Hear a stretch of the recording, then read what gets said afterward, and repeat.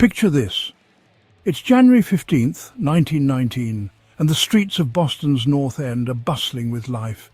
The air is crisp, and the hum of daily activity fills the neighbourhood. Workers are unloading goods from ships at the nearby docks, children are playing in the streets, and local residents are going about their daily routines. It's a scene of normalcy, one that no one could suspect would soon transform into chaos and tragedy. What follows is one of the strangest disasters in American history, the Boston Molasses Flood.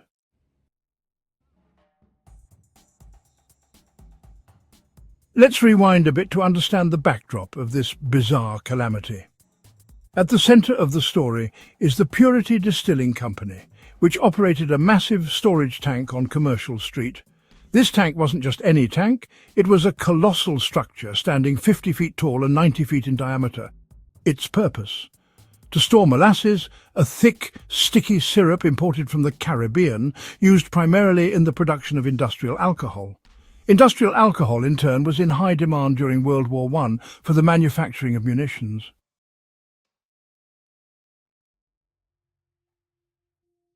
Molasses was big business in the early 20th century, and the Purity Distilling Company was eager to cash in. However, the construction of their storage tank in 1915 had been rushed.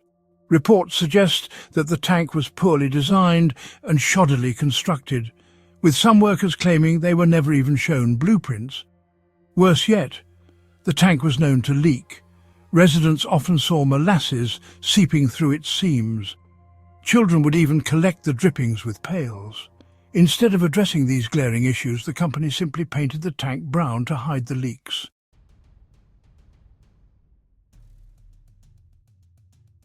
On the morning of January 15th, the temperature in Boston had risen sharply after a cold snap, climbing to about 40 degrees Fahrenheit. Inside the tank, 2.3 million gallons of molasses, weighing approximately 13,000 tons, sat under pressure. The molasses had been recently delivered and was still warm, creating a stark temperature difference that some speculate contributed to the disaster. Around 12:30 p.m., the unthinkable happened. The tank ruptured.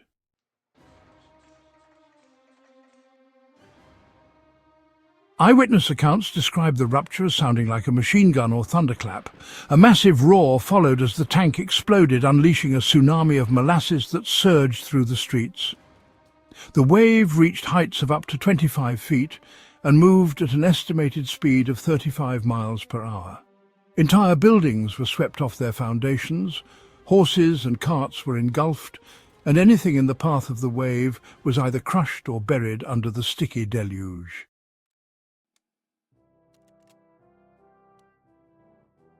The destruction was instantaneous. Firefighter George Leahy, who was on duty at the nearby Engine 31 fire station, recalled being thrown against a wall by the sheer force of the molasses wave. The fire station itself was severely damaged, its doors blown off and its windows shattered. Nearby homes and businesses were demolished. The Boston Elevated Railway's trestle was knocked off its tracks, and a train car narrowly avoided being swept away.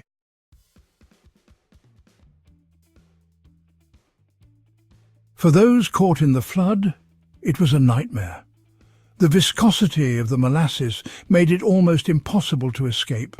Victims found themselves stuck, unable to move or breathe as the syrup filled their mouths and noses. Rescuers faced their own challenges. Wading through knee-deep molasses was exhausting, and the sticky substance clogged their equipment. The cold January air quickly turned the molasses into a thick, gooey mass, further complicating rescue efforts.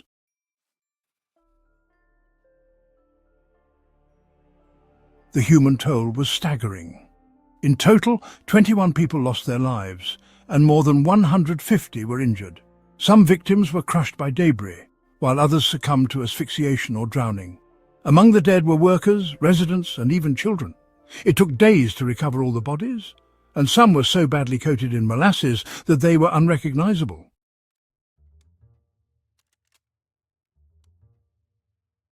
The aftermath of the disaster was equally chaotic. Clean-up efforts were monumental, involving hundreds of workers and taking weeks to complete. The molasses didn't just coat the streets, it seeped into every nook and cranny, staining buildings and sidewalks. The clean-up crews used salt water from the harbour to wash away the syrup, but the north end remained sticky for months. Even years later, on hot summer days, locals claimed they could still smell the faint scent of molasses in the air. The legal fallout from the disaster was unprecedented at the time. Over 100 lawsuits were filed against the United States Industrial Alcohol Company, Purity Distilling's parent company. Plaintiffs alleged negligence, pointing to the tank's known defects and the company's failure to address them. The case became one of the first class-action lawsuits in U.S. history and lasted for 6 years. In 1925, a court-appointed auditor ruled in favor of the plaintiffs, finding the company responsible for the disaster. The company was ordered to pay over $600,000 in damages, equivalent to roughly $9 million today.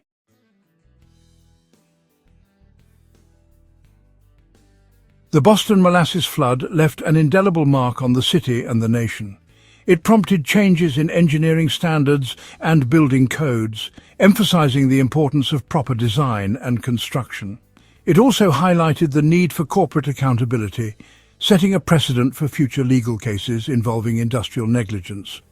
To truly understand the magnitude of this disaster, we need to consider the conditions of the tank itself. It was filled to near capacity just days before the rupture, adding to the stress on an already flawed structure. Records later revealed that the steel used in the tank's construction was too thin and brittle, and there had been no safety tests conducted. Employees had reportedly heard groaning noises from the tank, a telltale sign of its imminent failure, but these warnings were ignored. The sheer force of the molasses wave was almost incomprehensible. When the tank burst, the initial pressure released thousands of gallons of syrup in mere seconds, causing a ripple effect that amplified the devastation. Some witnesses described it as if the air itself had become thick, making it hard to see or breathe. Survivors recalled feeling as though they were caught in quicksand, every movement making it harder to escape. Among the most harrowing stories were those of families trapped in their homes. In one instance, a mother and her young child were swept out of their house by the wave and found hours later clinging to debris. Tragically, not all families were as fortunate. Entire households were lost, their homes reduced to rubble beneath the sticky tide. Animals, too, suffered greatly. Horses, an essential part of Boston's working infrastructure, were particularly vulnerable. Many were engulfed by the wave and could not free themselves from the syrup's grip. Rescuers attempted to save the animals, but the task proved nearly impossible, and many had to be euthanized on site. The physical damage to the north end was staggering. Streets were unrecognizable, buried under several feet of molasses and debris. Infrastructure was severely compromised, with collapsed buildings, shattered windows, and damaged utility lines. The economic toll on the neighborhood was devastating, as many businesses were unable to recover from the destruction. In the immediate aftermath, the city mobilized all available resources to aid in rescue and recovery efforts. Police officers, firefighters, the Red Cross, and even the army were called in to assist. The rescue operations were heroic, with many risking their lives to pull survivors from the molasses. These efforts continued around the clock for days, despite the freezing temperatures and treacherous conditions. Public outrage grew as details about the tank's flaws and the company's negligence came to light. Investigations revealed a shocking lack of oversight and accountability. The tank had been constructed without consulting engineers, and its owner, Arthur Gell, had prioritized speed and cost over safety. Testimony during the lawsuits painted a grim picture of corporate indifference, with one executive allegedly stating, "Molasses is as thick as water and just as harmless." The lawsuits not only provided financial compensation to the victims, but also served as a wake-up call for industrial standards. Engineering experts were brought in to testify about the structural failures, marking a turning point in the importance of professional oversight in industrial projects. The disaster led to the implementation of stricter building codes and more rigorous inspections, reforms that have undoubtedly saved countless lives in the years since. Despite the tragedy, The Molasses Flood also brought out the resilience of Boston's residents. Stories of courage and community spirit emerged as neighbours banded together to help one another. Churches and local organisations provided shelter and aid to those displaced by the flood, and fundraising efforts helped support the victims and their families. The cultural impact of the disaster cannot be understated. It became a topic of folklore, with Bostonians sharing tales of the Great Flood for generations. Writers and journalists chronicled the event in vivid detail, ensuring that its lessons would not be forgotten. The flood also inspired works of art and literature, serving as a poignant reminder of the human cost of negligence. Among the less discussed but fascinating elements of the disaster was its impact on Boston's municipal policies. City officials began to reassess the industrial zoning laws that allowed such a massive and hazardous structure to be built in a densely populated area. The disaster underscored the need for a balance between industrial development and urban safety, spurring debates that would shape the city's growth for decades to come. Additionally, the Molasses Flood served as a rallying point for labour movements advocating for safer working conditions. Many of the victims were low-wage workers and immigrants whose plight highlighted broader issues of inequality and exploitation in early 20th century America. The disaster became a symbol of the human cost of unchecked industrial ambition, fueling demands for reform. The scientific investigation of the molasses tank's failure was groundbreaking for its time. Engineers and metallurgists examined the remnants of the tank, applying what were then cutting-edge methods to determine the cause of its collapse. Their findings not only provided crucial evidence in the legal battle, but also contributed to the evolving field of materials science, paving the way for innovations in structural safety. Finally, the flood left an enduring legacy in the realm of disaster preparedness. Boston's response to the Molasses Flood became a case study in emergency management, influencing protocols for handling future urban catastrophes. Lessons learned from the flood, such as the importance of rapid coordination among city agencies and the need for effective communication with the public, remain relevant to this day. Today, the site of the disaster looks much different. The North End has transformed into a vibrant neighbourhood, filled with restaurants and historic landmarks. A small plaque near the entrance to Langone Park commemorates the victims of the flood, ensuring their stories are not forgotten. And while the Molasses Flood may seem like a relic of a distant past, its lessons remain strikingly relevant in an era where industrial accidents and corporate malfeasance are still all too common.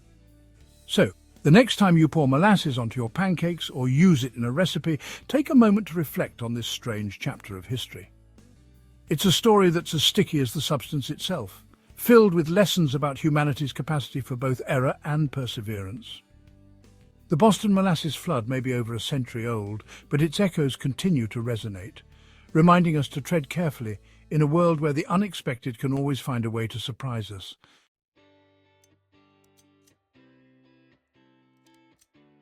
Thanks for watching.